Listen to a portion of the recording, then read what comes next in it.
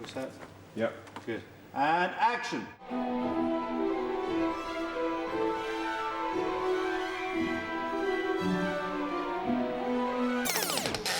No, that's not right at all. Let's try something with more energy. And action!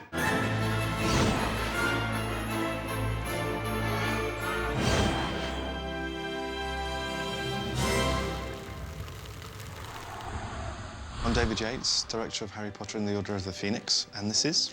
My name's Mark Day, and I've been working with David for the last 7 years on virtually everything that he's done. A bit like a married couple, really. Yeah.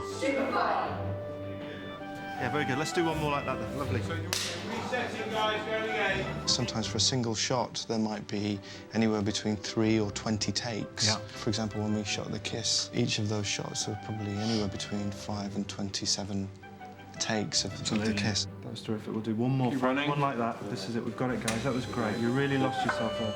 The amazing thing about editing a scene is that you have all these choices, and Mark will make choices from the material I've shot. And it's a bit like having a huge puzzle. So I start putting the things together and try and get it into some sort of shape.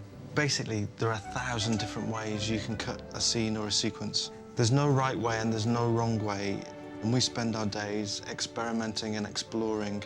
And there's a very curious thing. You get to a point with a scene, whereas if you fast forward it at some speed, it suddenly feels like it's suddenly settled at a certain rhythm. You always feel it in your tummy when you've got to a point where you think it's poised and it's ready and it's working.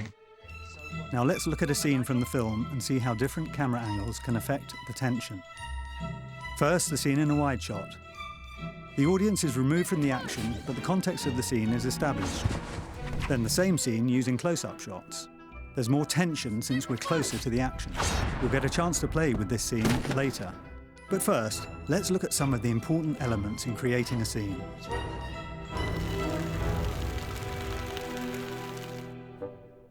Music creates mood and atmosphere and expresses the tone of the story. So it's a very good way of describing the emotion and drama of a scene. But you can also use music by going against the emotion of the scene and putting something on that counterpoints it slightly. For example, Professor Umbridge strolling around the school, assessing everybody. It's quite a comedic sequence, and yet there's a very dark edge underneath it. And that sort of jauntiness Well, it starts off jaunty and then goes into a dark place, doesn't it? Yeah. Now, let's look at the Professor Umbridge scene. First, with the music as it appears in the film. And then, with more extreme music choices. Notice how the scene can be dark, or even ironic, depending on the mood created by the music. So when you put music onto your sequence, it's probably worth trying several different radical approaches. You should just experiment, I think, because that'll teach you a lot about what music does to a sequence. Visual effects in these films are obviously a key component, a huge part of them. Normally what you do is you edit a movie right the way through before you show anybody. Exactly.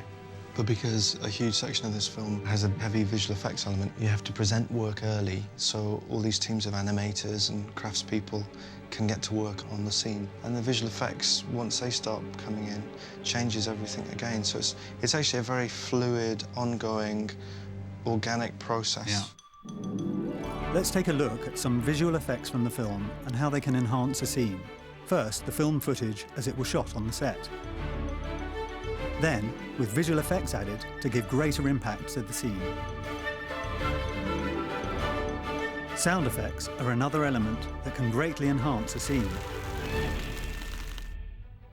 Ideally, sound needs to do 3 things. It needs to tell the story, so it needs to kind of give you a very emotional engagement with something. You shouldn't be self-conscious, you shouldn't think about the sound. It should just pull you in and make you feel something.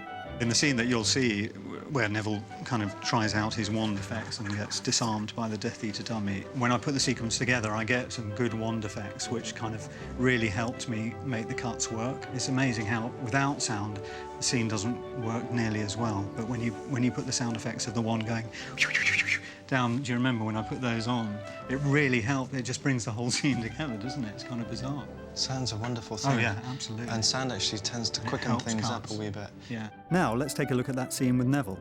First, without sound effects. Expelliarmus! Whoa! And then, with the sound effects added, Expelliarmus! notice how the visual effect becomes much more exciting when the sound effect is added. Now you've seen what we've done, you will be given the opportunity to try it out yourself by using different angles, possibly, and by using different music and different effects.